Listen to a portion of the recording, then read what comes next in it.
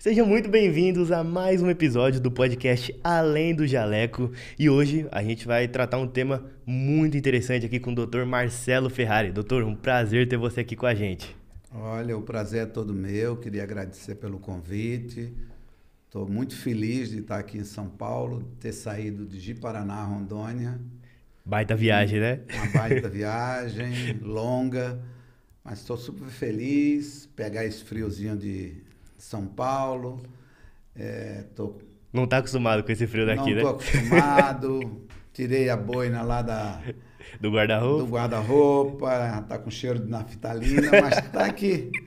Tô com a carinha de italiano, tô feliz. Mas tá no estilo e vai ser muito importante, né, disseminar o conhecimento que você tem aqui no nosso episódio, tá? Eu que agradeço. Primeira coisa que eu já queria, né, começar logo de cara, queria que você contasse um pouquinho da sua trajetória até chegar aonde você chegou hoje.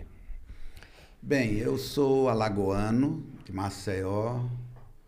Morei muito tempo no sertão de Alagoas. Meu pai era juiz, morei no interior até os 16, 17 anos. Fiz faculdade na Universidade Federal de Alagoas, lá em Maceió. Depois fui para o Rio, fiz o 6º ano no Rio, o que a gente chama na medicina de internato. Hoje mudou um pouco, o internato é o 5º e o 6º ano, na minha época era só o 6º ano. Fiz o internato com o Dr. Marcos Moraes, no serviço dele na Gama Filho, um grande professor, meu guru, uma pessoa que foi muito importante como alicerce na minha vida. Ele também é alagoano, amigo do meu pai. Depois fiz cirurgia geral no Hospital Souza Aguiar, um hospital de um volume enorme, o maior hospital de urgências da América Latina, ali perto do centro do Rio de Janeiro, no Parque de Santana. E depois fiz cirurgia pediátrica no Hospital da Lagoa, ali na beira da Lagoa Rodrigo de Freitas. E voltei para Maceió, voltei para Alagoas, voltei para Palmeira dos Índios, a cidade onde eu me criei. Tinha uma estrutura hospitalar muito boa. E depois fui à Hungria, tinha um convite de um chefe de serviço e eu fui passar um período lá conhecendo o serviço dele, fui para um congresso e aproveitei e fiquei um período fazendo a parte de urologia, que é uma área que me encanta muito. Eu até ia perguntar, por que você decidiu seguir na urologia infantil? Eu, quando era estudante que frequentava a Santa Casa de Misericórdia em Maceió, o serviço de cirurgia cardíaca do Dr. Vanderlei Neto, que é outra referência na minha trajetória, estava começando. O Vanderlei tinha chegado do Rio, estava montando o serviço de cirurgia pediátrica, isso era lá nos anos 80, 79, 80. Eu queria muito fazer cirurgia cardíaca, eu achava muito bonito, gostava muito e queria fazer a parte pediátrica da cirurgia cardíaca, a parte de malformações congênitas. Sim. Que precisavam de cirurgia. Mas quando eu fui para o Rio, eu me encantei quando passei no internato na pediatria e na cirurgia pediátrica e enveredei pela cirurgia pediátrica. E a grande maioria das patologias em crianças cirúrgicas, elas têm origem na parte urinária. As malformações renais, as malformações, problemas de bexiga, válvula de uretra, hérnias, criptorquidia, que é a ausência do testículo na bolsa escrotal. Então, isso também me encantou e eu achei que eu precisava me aprimorar mais nessa área. E é uma área que boa parte dos cirurgiões pediátricos não gostam muito. A parte, por exemplo, de hipospádia, quando você tem o canalzinho da uretra, não na ponta do pintinho, não na glande, né? Mas mais embaixo. São cirurgias extremamente trabalhosas. Você tem que operar com lupa, você tem que usar fios muito finos. O pós-operatório é muito trabalhoso. Você precisa ter uma união muito grande com a família para ela entender o papel dela nesse pós-operatório. Essas crianças saem do hospital com sondas no pintinho, até que aquela parte que você reconstituiu cicatrize. Então, isso é muito importante. E uma boa parte dos cirurgiões pediátricos não gostam muito dessa área, porque a cirurgia pediátrica é muito mais ampla. Sim. A cirurgia pediátrica engloba cabeça e pescoço, engloba tórax, abdômen, sistema urinário, ao contrário da cirurgia geral hoje, que está muito dividida, né? Reclassificada. Hoje você tem cirurgiões de cabeça e pescoço, cirurgiões de tórax, dentro do abdômen você tem o cirurgião do aparelho digestivo, o proctologista, o urologista, e isso dentro da cirurgia pediátrica é um bolo só, é uma coisa só. Sim. Então a formação exige que você veja a criança como um todo, porque a grande maioria das patologias, tirando as urgências traumáticas, obstrutivas, né? Apendicite, uma obstrução intestinal, a grande maioria das doenças que a gente opera são doenças congênitas, que normalmente a criança nasce com ela. Sim. Então eu me enveredei mais por esse lado, faço cirurgia pediátrica geral, né? Operando tórax, abdômen, cabeça e pescoço e tal, mas gosto demais da parte urológica pediátrica. Perfeito. E até entrando num ponto também que muitas pessoas confundem, né? Queria que o senhor falasse um pouquinho mais sobre a diferença do pediatra e do cirurgião pediatra, porque às vezes as pessoas, né, leigas, né, acham que é a mesma coisa, que pode fazer um acompanhamento ali, mas não. Você contou aqui anteriormente aqui com a gente, né, que o pediatra é um grande amigo ali, né, seu, para fazer com que essa criança tenha o sucesso ali na operação, ou também entender o problema de fato dela para chegar até você, né? Sem dúvida, né? A cirurgia pediátrica, ela não tem bons resultados se você não tiver dentro de um grupo multidisciplinar. Desde a enfermeira, a técnica de enfermagem, aquela moça que me serve dentro do centro cirúrgico, que é a circulante de sala, que me oferece fios, medicamentos, até o pediatra, o neonatologista, o fisioterapeuta. Sim. Todo esse pessoal soma junto com o cirurgião pediátrico para que a gente tenha bons resultados. A cirurgia pediátrica teve um grande salto quando se formaram as primeiras turmas, quando se começou a aparecer as UTIs pediátricas e neonatais. Crianças de 600 gramas, 700 gramas, prematuros extremos, que nascem com processos cirúrgicos que precisam ser corrigidos ali mesmo naquela idade. Uma criança que nasce sem o esôfago completo, ou seja, ela não tem como se alimentar. Uma criança que nasce com a hérnia diafragmática, né? Sem o apoio dessa turma, desses profissionais, a gente não teria sucesso. Então, melhorou muito a nutrição parenteral, crianças que ficam 10, 15, 20 dias sem se alimentar e que precisam de nutrição parenteral para manter a sua proteína alimentando o corpo, né? É tudo um processo que não depende do cirurgião pediátrico. O cirurgião pediátrico é uma peça dentro desse tabuleiro. Então, eu valorizo demais, desde o pediatra, aquele de consultório, aquele do postinho, como aqueles colegas que trabalham em ambiente fechado, como UTIs pediátricas, UTIs neonatais. E o fisioterapeuta, o fono, que nos ajuda tanto na recuperação dessas crianças, mantê-las ativas para que se recuperem melhor. Então, é muito importante. Mas ainda existe uma confusão muito grande com a população, o leigo em si, de às vezes não saber diferenciar o que é o pediatra e o que é o cirurgião pediátrico. O cirurgião pediátrico é aquele que vai operar a sua criança quando ela tem um problema cirúrgico, uma hérnia, uma fimose, uma criptorquidia, um problema no rim, ou então nasce com uma má formação, ainda está na UTI neonatal e precisa ser operado.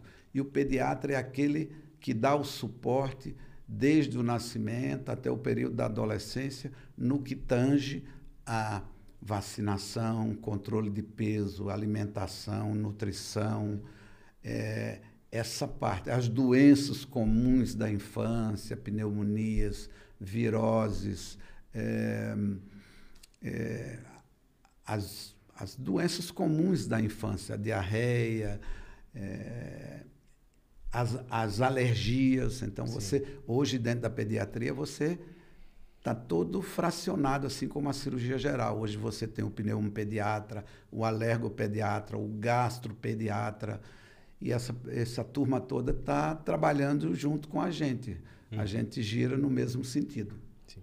E qual que você acredita que é a principal diferença de atender uma criança para um adulto? Quais são os cuidados a mais que você tem? É totalmente diferente.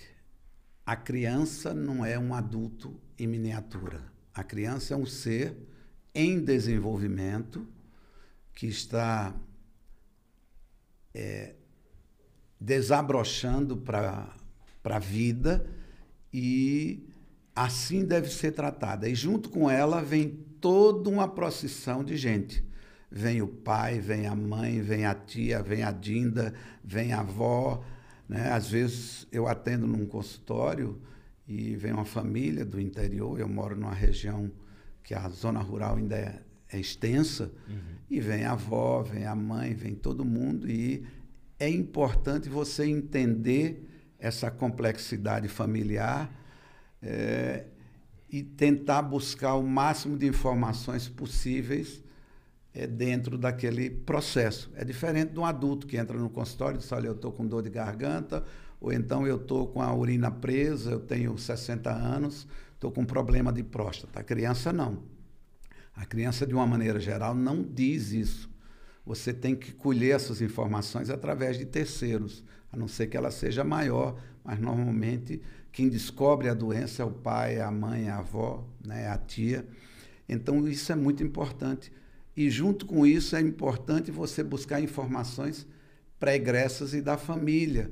Tem doenças que são familiares, que estão ligadas ao pai, à mãe, um tio que já teve aquele tipo de doença. Então tudo isso está correlacionado, e você tem que ter essa preocupação de saber colher esse tipo de informação.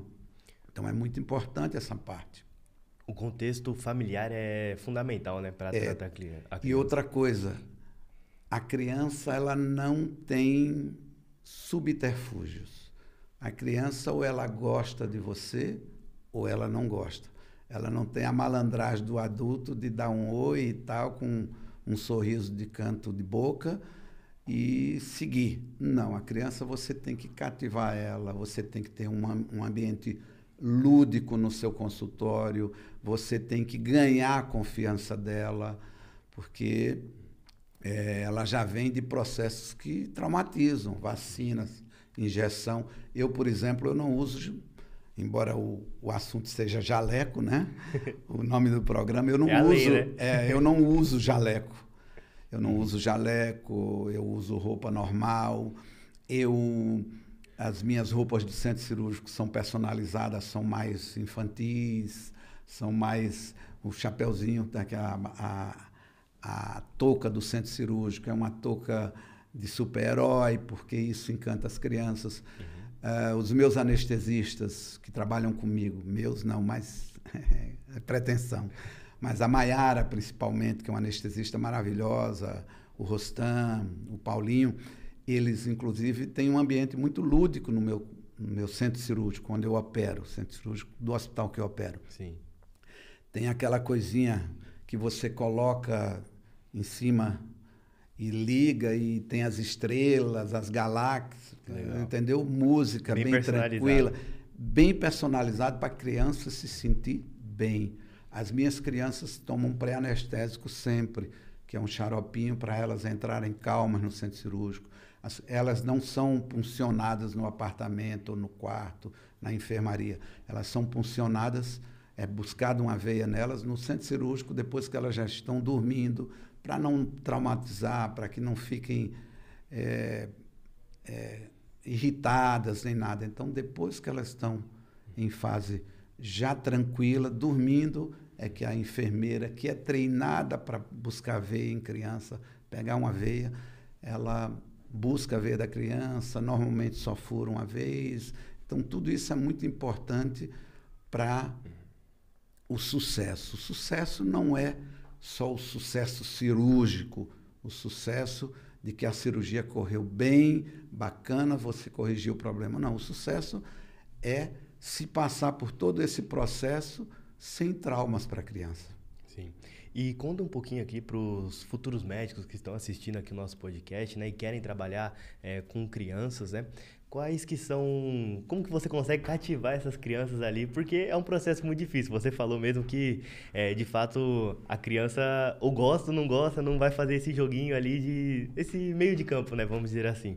O que você pode passar ali para eles para trazer mais segurança para a criança? Eu gostei muito dessa personalização que você falou que faz no centro cirúrgico também, e também quando você... no seu consultório em si. Claro. Conta mais um pouquinho. Bem, eu acho que a primeira dica ou conselho que eu poderia dar para os estudantes de medicina ou aqueles colegas que estão acabando a faculdade, estão entrando numa residência médica voltada para a área pediátrica, é que primeiro eles vejam naquelas crianças ou naqueles pacientes que eles vão trabalhar, que eles vão exercer o conhecimento, que eles vejam nelas um filho deles, um sobrinho, e tenham muito respeito e muito carinho pelo ser humano que está ali. Essa é a primeira parte. Não esqueçam nunca disso, em qualquer área, com velhos, com idosos, com adultos, com crianças, que vejam ali um ser humano indefeso, em situação de fragilidade, porque quando você procura um médico, você, rico, pobre, preto, branco, você está numa situação de fragilidade incrível, você está desguarnecido, agarrado com aquele médico e agarrado com Deus. Então, essa é a primeira coisa importante que eu acho que essa gurizada nova que está vindo aí não pode perder. Não faça medicina só para ganhar dinheiro, para buscar status social, para achar que está no topo da pirâmide. Não. Faça por amor àquela pessoa que te procura, porque ela está fragilizada. E segundo, seja sincero com a criança. A criança não aguenta, não suporta mentira, falsidade, riso maroto, riso que não é verdadeiro. Então, seja sincero. Busque aquilo que você tem de melhor enquanto criança para conversar com aquela criança de boa, ganhar a confiança dela e passar para ela a certeza que você está ali como um amigo, não só como médico, mas como amigo. Eu acho que isso é a coisa mais importante. E se você já se direcionou para a área pediátrica, para alguma carreira pediátrica, é porque você já tem alguma tendência, porque quem gosta de pediatria gosta, quem não gosta, não gosta, não tem como, não tem paciência com criança, não aguenta choro, não aguenta conversar com mãe e pai. Então é importante que, primeiro, veja naquele serzinho um irmão, um filho, um sobrinho e um ser que precisa ser amado. Ele está vindo ali para ser amado, para resolver um problema dele. Não esquecer nunca disso. E segundo, que seja sincero, seja transparente com a criança. Perfeito. E eu queria que você contasse também um pouquinho sobre essa parte pessoal e como que, vou dar um exemplo, né? Você tem filhas, né? E como que isso mudou o seu tato com as crianças ali na hora de fazer a cirurgia, de passar numa consulta ali com elas, porque passa bastante gente aqui com a gente, né, no podcast, fala que depois da maternidade, da paternidade, mudou o jeito que eu olho, né, e principalmente quem trabalha mais com as crianças, né. Queria entender se com você também teve uma mudança drástica, alguma história também que te marcou. Sem dúvida. Eu tenho 2 famílias, né? Eu tenho 3 filhos, 2 filhos do meu primeiro casamento, e tenho agora a Maria Isadora e a Maria Alice. São minhas filhas com a Janaína, minha esposa. Eu também me redimi nesse segundo casamento em relação a filhos, porque na época do meu primeiro relacionamento, quando eu morava em Alagoas, não existia UTI pediátrica. Então, quando eu operava uma criança, eu ficava 15 dias no hospital. A gente pegava um quarto, montava uns respiradores, era a gente mesmo que controlava aqueles instrumentos junto com a enfermagem, e eu não tive o mesmo tempo que hoje eu tenho com as minhas filhas atuais. Então foi uma reflexão muito grande. E sem dúvida, não existe escola melhor do que filhos. Filhos torna você mais dócil, você menos coração valente, você se torna mais leve e para de se preocupar só com você, porque você tem que se preocupar com aquela criança que você colocou no mundo. Então, eu acho que é importante, mas eu acho que a coisa mais importante é naturalmente você gostar de crianças. Uhum. É preciso que você goste de criança para trabalhar com elas, porque se você não é como velho.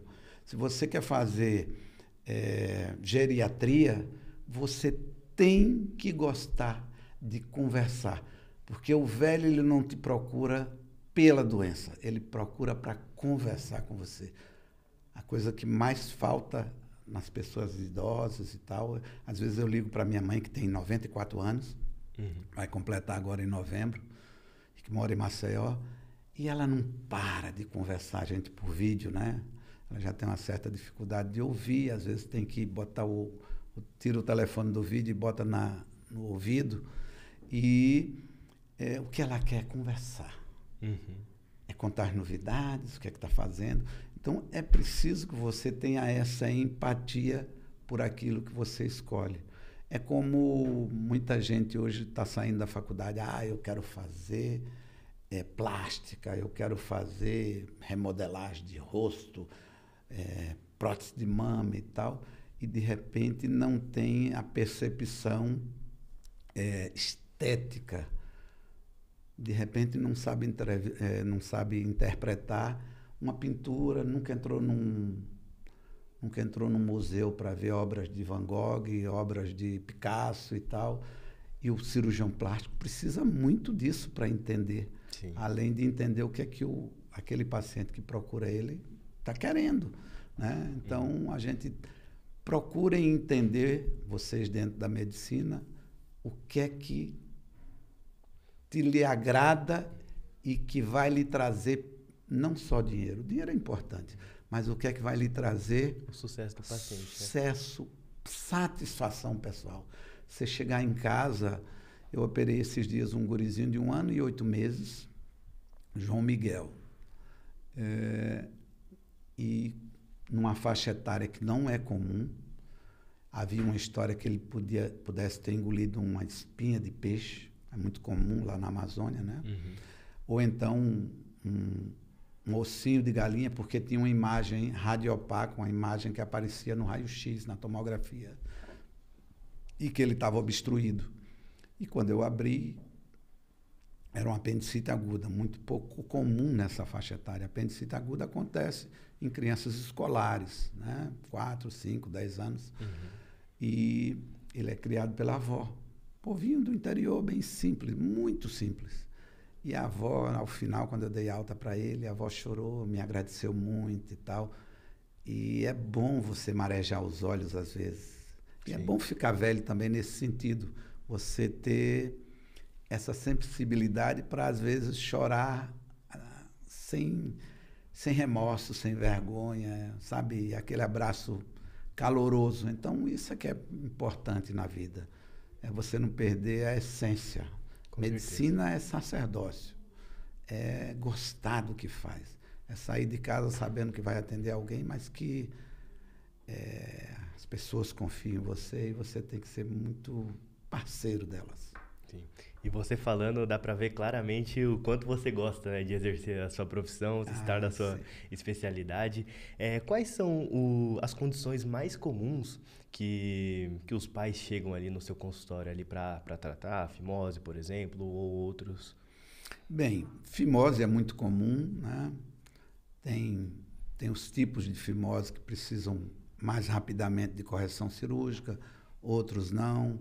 A gente deixa para operar fimose em crianças um pouco maiores, mas tem crianças que usam pomadas à base de corticoide prescritos normalmente pelo pediatra e não melhoram daquela fimose. Às vezes tem infecção urinária, às vezes tem balamopostite, que é a inflamação ali da cabecinha do pintinho, fica avermelhada, às vezes junta pus, arde, dói.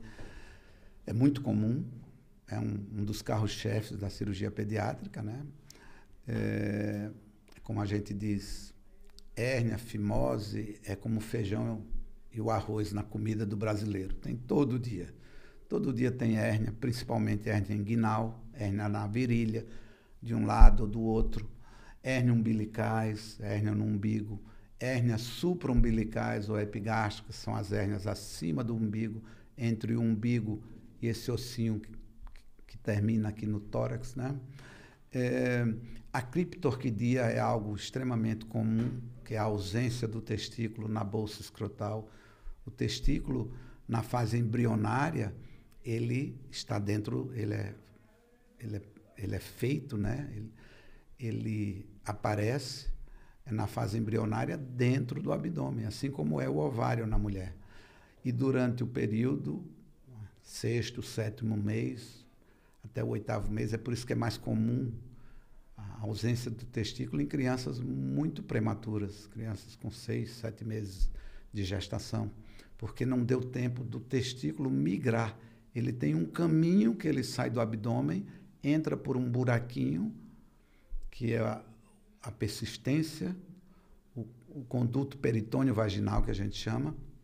Ele entra e em torno do 8º mês ele se localiza na bolsa escrotal. Ele vai para o lugar que estava esperando por ele, que é a casinha dele. Então, quando ele se perde no meio do caminho, a gente chama de criptorquidia. Outra patologia que eu gosto muito, que é muito frequente, e como muita gente não gosta de operar isso, acaba vindo muita coisa para mim. Vem do Mato Grosso, vem do Acre, vem do Amazonas, e eu ali em Rondônia recebo todo esse pessoal. É a hipospádia, que é aquela patologia onde o pintinho, ao invés de ter um canalzinho na ponta, por onde sai o xixi, o canal é mais embaixo. Pode ser abaixo da divisão entre a cabecinha do pintinho, a glande, e o corpo do pênis, como pode aparecer até lá embaixo, lá pertinho da bolsa escrotal. E normalmente vem associada com um encurvamento do pênis. O pênis está encurvado, está torcido. E ele tem um chapéuzinho como um chapéu de agasalho de corrida, que a gente chama de capuz hipospádico. Então, é muito comum no meu dia a dia. Cada uma dessas patologias tem um período ideal para operar. A gente, ao contrário de no passado, a gente opera muito mais brevemente as crianças hoje do que no passado. No passado se dizia, espera crescer e tal para operar, porque a gente não tinha o conhecimento que tem hoje e a gente não tinha a estrutura hospitalar que tem hoje, né? Instrumentos mais delicados, essa equipe multidisciplinar trabalhando junto. Então, hoje, você opera uma criança com um dia de vida ou com horas de vida. Criança que nasce com gastrosquise, que é o intestino para fora, né? Do lado ali do umbigo. Sim. Essa criança tem que se operar nas primeiras horas. Às vezes, tem técnicas que a gente opera do lado da mãe, que foi cesariada, que foi submetida a uma cesárea, ainda sem ligar o cordão umbilical. Você, antes dela chorar e tal, você reposicionar as alças dentro do abdômen e fechar aquele buraquinho. Então, tem várias técnicas, mas o dia a dia, o feijão com arroz, é fimose, é hipospádia, são as hérnias de uma maneira geral, as criptoquidias, e algumas patologias neonatais, que você vê muito no período neonatal, nas UTIs neonatais e pediátricas. Entendi. E doutor, como que você se prepara para essas cirurgias maiores que você faz, essas cirurgias também bem delicadas, né, que você comentou também, que precisa de uma lupa, né? Como que é a sua preparação para essas cirurgias? Bem, eu até hoje estudo, até hoje eu leio. Aquilo que não é do dia a dia, ou seja, que você vai operar, mas não é aquilo que você opera todos os dias, eu revejo toda a técnica cirúrgica, eu abro os meus livros, vejo vídeos de colegas pelo mundo afora, estou sempre me atualizando, indo a congressos e tal. E principalmente, antes de começar a cirurgia, eu cruzo minha mão, agradeço a Deus por aquele momento e peço que eu seja o instrumento dele naquela ocasião, que ele me faça feliz em poder ajudar aquela criança e fazer um bom trabalho, fazer o melhor que eu possa fazer. Uma parte é a parte do estudo, de você se atualizar, rever tempos cirúrgicos, e a outra parte é a da fé, é a de você se reconhecer como um instrumento de Deus. Perfeito. Então é mais ou menos isso. Perfeito, doutor. E o quão é importante, né, para você a parte da religião? A gente já conversou um pouquinho, né, mais sobre a gente conhecer um pouquinho melhor, né? E eu queria que você falasse um pouquinho ali sobre esse papel, né, que você tem de ser um instrumento, né, de Deus ali durante essa cirurgia, né? Como que você se sente, né, quando você reza, né, e depois vai ali de fato para o centro cirúrgico? Bem, Deus é tão bom que ele teve paciência comigo. Eu tenho formação católica, minha família é católica, minha mãe é quase uma beata, tinha um tio que era frade franciscano, tio Jota, e ajudei na missa, era coroinha, e durante muito tempo me afastei, e durante muito tempo eu cheguei a negar a existência de Deus, me achando o esperto das galáxias. E há algum tempo atrás eu tive a oportunidade de frequentar a Igreja Batista, fui a um retiro espiritual chamado... como é que é o nome? Impacto, na Igreja Batista lá de Paraná, primeira Igreja Batista. Fui convidado por um amigo, dentista, e tive a oportunidade de ter uma conversa muito boa com Deus. Deus é maravilhoso, Ele é divino, Ele é a expressão maior de amor, né? E a partir daí eu tenho me sentido muito mais leve, muito mais feliz em saber que as coisas são no tempo dele, não são no nosso tempo, como a gente quer. Então, hoje eu deixo tudo a cargo dele. Não deixo de fazer minhas obrigações, mas peço sempre que ele esteja bem pertinho de mim. E isso é suficiente para me deixar feliz e tranquilo. Legal. E é isso. E tenho passado isso para minhas filhas, tenho tido uma relação maravilhosa com minha esposa. Hoje sou um cara muito mais sereno. A idade vem, mas também vem com isso eu podia ser de repente, o mesmo louquinho, se eu não tivesse me aproximado de Deus e tivesse tudo isso. Mas se eu não tivesse tão próximo de Deus, ou Ele de mim, eu não estaria tão feliz. Com certeza. E conta um pouquinho sobre a sua rotina, doutor. Você trabalha, né, em 3 cidades diferentes, né? Acho não, né? Com certeza é algo exaustivo, né? Mas você já falou aqui que compensa bastante, né? Eu hoje trabalho menos, hoje eu estou muito mais tranquilo. Eu trabalhei a vida inteira no serviço público, tinha meu consultório, mas trabalhava no serviço público. Trabalhei no estado de Alagoas como concursado. Quando me mudei para Rondônia, eu prestei prova, fui aprovado, fui do corpo clínico do hospital público, né? Uhum.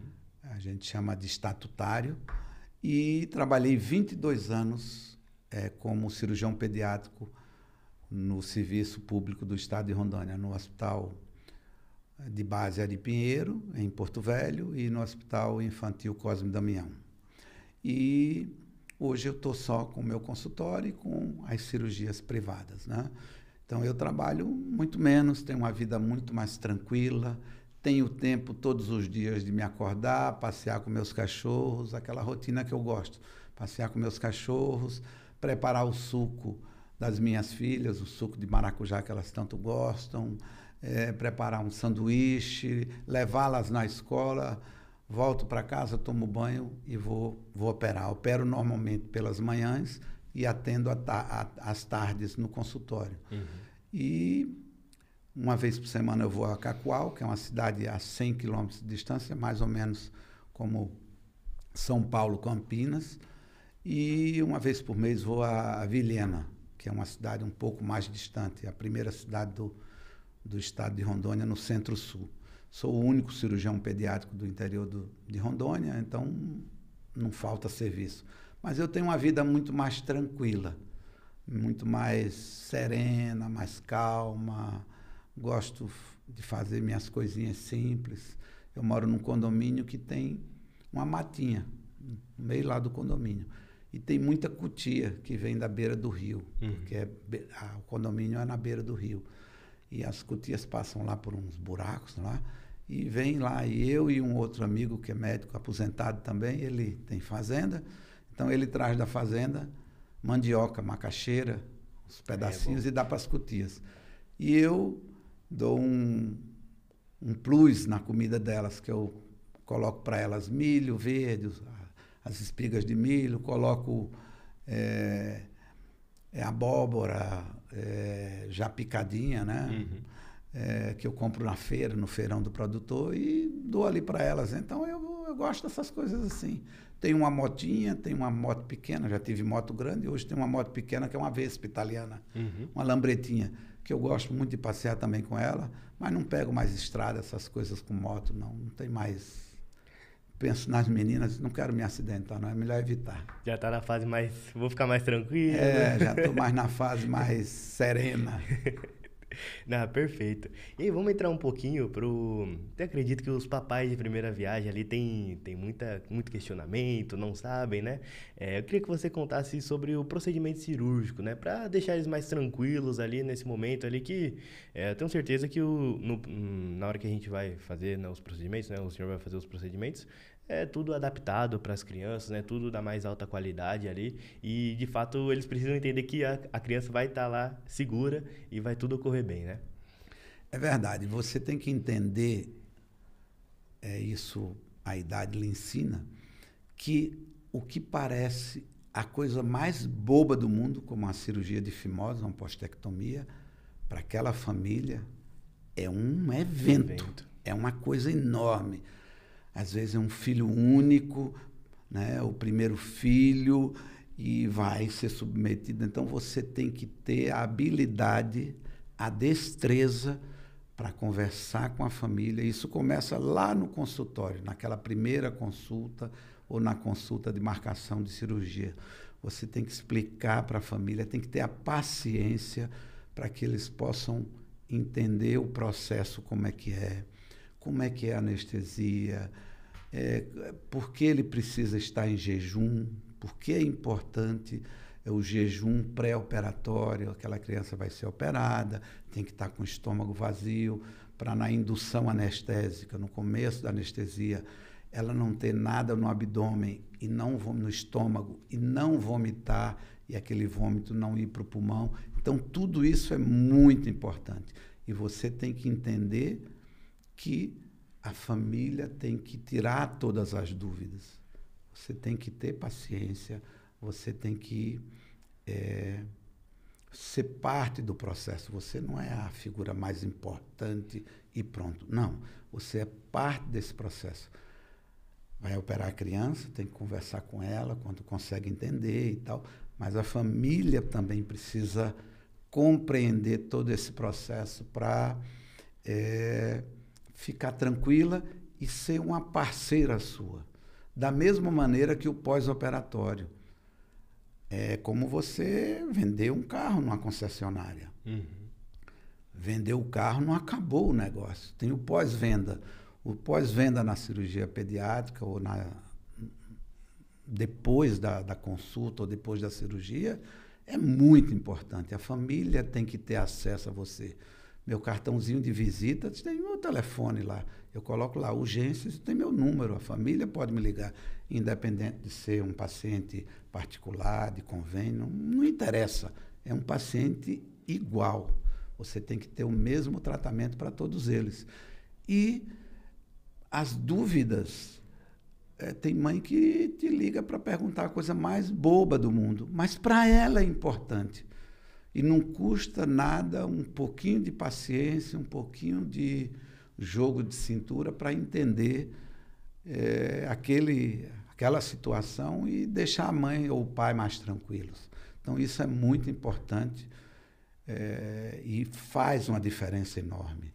Porque, às vezes, eu já tive a oportunidade de precisar falar com um colega, ligar para o consultório dele, pedir à secretária o número do telefone. Olha, aqui quem fala é Dr. Marcelo Ferrari, eu sou cirurgião pediátrico, sou colega do fulano de tal, e eu estou precisando falar com ele sobre um paciente.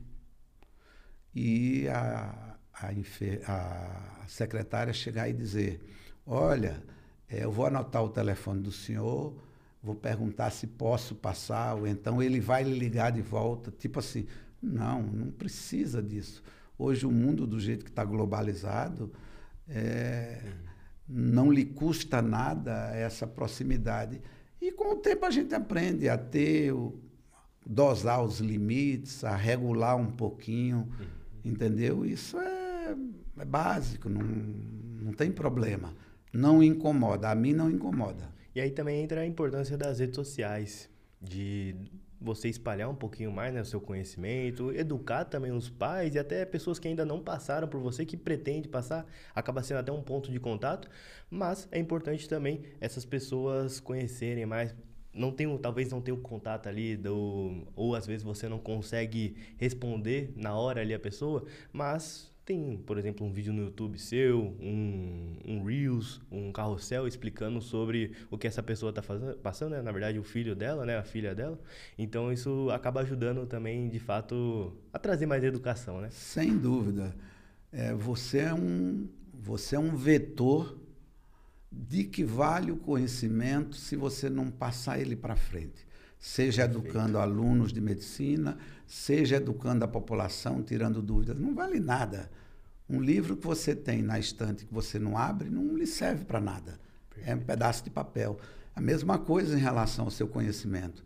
É importante que, se você tem habilidades, ou se mesmo que não tenha, se você puder trabalhar essas habilidades enquanto médico para orientar a população, principalmente a população mais leiga, o povo de uma maneira geral, os pais, as mães, a respeito de quantas mães, quantos pais já chegam no meu consultório porque me procuraram ou procuraram algum tipo de informação na rede, no YouTube, no Instagram, no Facebook, e viram alguma coisa a respeito que eu falei, gostaram da maneira como aquilo foi passado para elas e vêm para ou decidir ou para confirmar se o filho ou a filha dela tem aquele tipo de problema e se precisa de correção. Eu acho que é muito importante.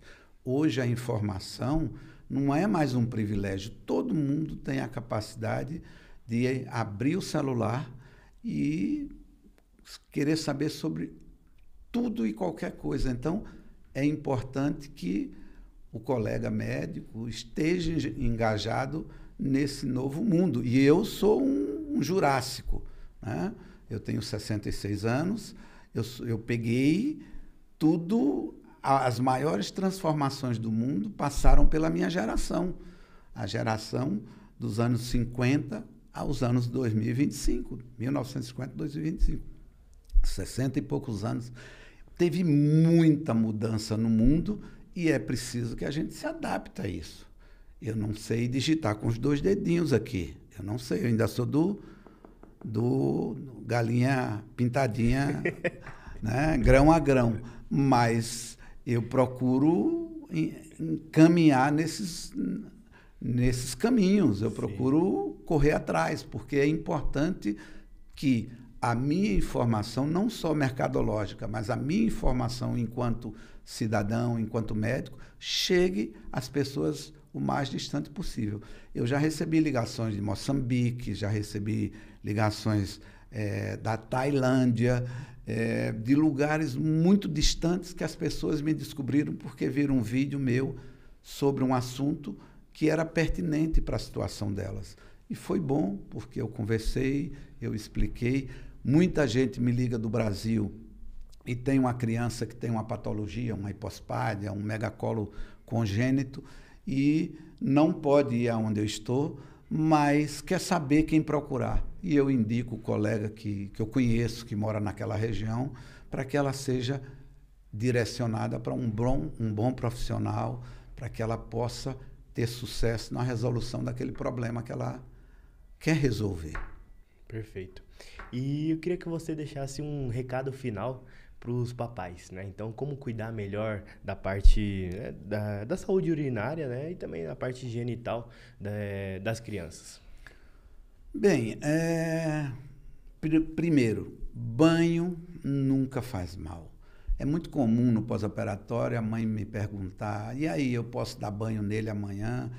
Eu digo, olha, hoje não precisa, passou o dia aqui no ar-condicionado, no hospital e tal, recebeu alta tardinha, é uma cirurgia ambulatorial, uma cirurgia de permanência curta no hospital, mas no outro dia dá banho normal, depois tira o curativo, enxuga, passa o remédio que eu passei, tudo direitinho, isso é muito importante.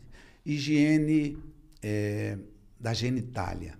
A mulher, eu gosto muito da parte urológica, e é muito mais comum infecção urinária em meninas, em mulheres, mesmo adultas, do que em homens. Os orifícios nas mulheres, o ânus, a vagina e a uretra, são muito próximos, muito mais próximos do que no homem. A mulher costuma se limpar para frente, que é errado, tem que se limpar para trás, né? Para não trazer bactérias do sistema digestivo, do reto e do ânus, para a vagina ou mesmo para a uretra, que é a uretra da mulher desse tamanho. O homem tem uma montanhazinha, que é o saquinho, que é a bolsa escrotal. Tem uma uretra comprida que inclui toda a uretra peniana. Então, é muito mais difícil para a bactéria fazer todo esse caminho para chegar na bexiga e provocar uma infecção urinária. Então, higiene é muito importante. O próprio pediatra pode orientar a mãe. Fralda que fica muito tempo, fez cocô, fez xixi, troque imediatamente a fralda. Não deixe a criança com encharcada muito tempo. Tudo isso é muito importante. Então, a mensagem que eu passo é essa, e que se vocês tenham dúvida, vocês podem me ligar a hora que quiserem, eu estou inteiro dispor. Perfeito. Fica, provavelmente, aí quando editarem o vídeo, vai ficar o meu telefone. Vocês podem me ligar ou me procurar na rede social, Dr. Marcelo Ferrari, é super fácil. É isso que eu ia perguntar, né? Como faz para o pessoal te encontrar, né? Dr. Marcelo Ferrari, em todas as redes sociais, né? Isso. DR, né? Marcelo Ferrari. Isso. E também o link vai estar na descrição aqui. Não tem dificuldade. Perfeito. Doutor, foi um prazer ter você aqui com a gente e ainda faltou muita coisa, né, pra gente falar. Eu já deixo um convite aqui pra gente fazer um segundo episódio quando você voltar aqui pra São Paulo. Pode ser? Pode. Será um prazer enorme. Aí a gente pode falar sobre... A gente falou muito sobre vida, sobre relacionamentos, né? A coisa mais lúdica mesmo da medicina, mas a gente pode tirar um tema aí que seja importante, ou eu posso convidar um colega aqui de São Paulo, eu tenho bons amigos aqui em São Paulo, tanto na cirurgia pediátrica como fora dela, que a gente pode fazer um bate-papo legal. Bate-papo, um bate-bola aqui. Será um prazer enorme. Para mim é sempre prazeroso conversar. Perfeito. Se você chegou até aqui, não se esqueça de se inscrever aqui no canal, deixar seu like para não perder nenhum conteúdo e eu tô te esperando no próximo episódio. Até mais!